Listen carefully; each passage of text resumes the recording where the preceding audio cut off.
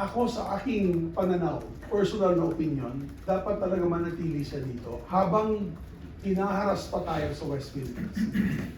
Habang lumalapit ang China sa mainland Philippines. Recent reports, they were about 25 nautical miles from the Philippines dun sa research vessel nila. Illegal po yan. Hindi po sila humingi ng permiso sa ating bansa or at least coordination sa ating officials ng ating bansa. That could have led to a misencounter, that could have led to a very dangerous situation and tense situation sa West Philippine Sea. Habang ganun ka-provocative ang China, then we welcome all the support. We welcome all the support. Kasi hindi natin kaya. Wala nga tayong coconut bomb.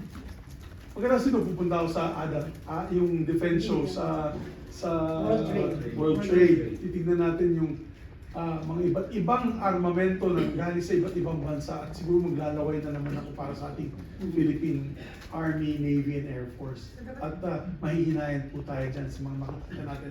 So yes, I am in favor of keeping these medium-range defensive weapon systems. Remember, it's a defensive weapon system. It's not an offensive weapon system. Under the Constitution naman natin, pinagbabawal natin ang nuclear weapons. So definitely, dapat walang nuclear weapons sa ating bansa. That is a prohibition under the Constitution.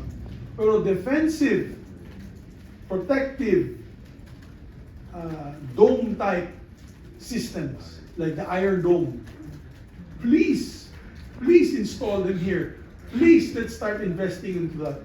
Nakita po natin yung Iron Dome na nagpo-protect din sa Israel, diba? Sa mga missiles from Hezbollah and Gaza, from the Hamas. So, nakakatulong po protektahan ang kanilang bansa. So, at this point in time, due respect to our neighbors, China, as long as they do not stop the provocative actions that they're doing in the West Philippine Sea, I am in favor of retaining defensive missile systems in the Philippines as a